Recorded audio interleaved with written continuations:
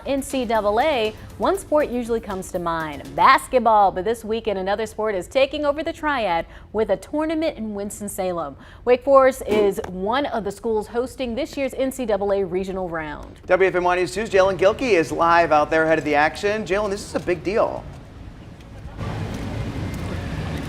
Yeah, Chad, we're here at David F. Couch Ballpark, where for the first time since 2017, the Wake Forest Demon Deacons are one of the 16 teams hosting a regional in this year's NCAA baseball tournament. Now, in the first game of the day, Maryland knocked off Northeastern, so that means that tomorrow the Huskies will be trying to fight off elimination after they take on the loser of tonight's game in the nightcap. The #1 overall seed, Wake Forest, they take on George Mason and look to continue their dominance here at the Couch.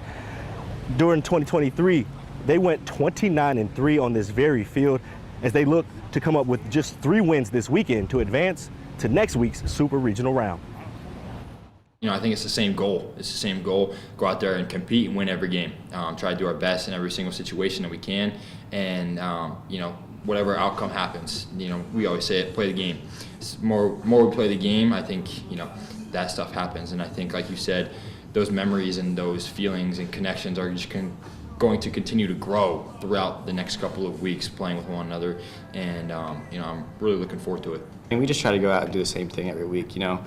Like, look at the Notre Dame game in the AC tournament. It was a meaningless game, but I feel like we showed more passion and more excitement than any other game we played all year. That's what we try to do every single game, you know.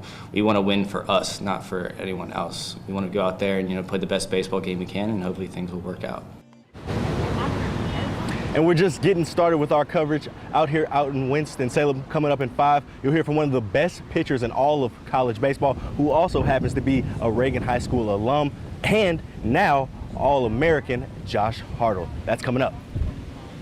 Jalen, thanks. I love that Wake Forest is #1. They're on the national stage, a big deal. Boy, would I love to see them go to Omaha and play in the College World Series. I mean, what a cool experience. And forgive me if I'm wrong, but I feel like they have been under at least my radar when it comes to baseball. I didn't realize that I don't know if this is a year that's different than past years, but I mean, I just love that they're doing so well. I don't follow college baseball a great deal until Omaha, and I will watch that if I happen to be flipping around.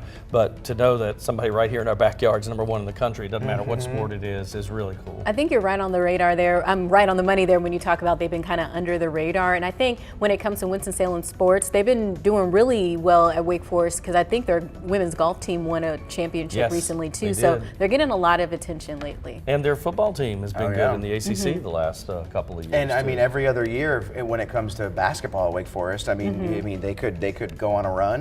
You know, and then other years it's not as good, but yeah, I'm just happy for them. Yeah, absolutely.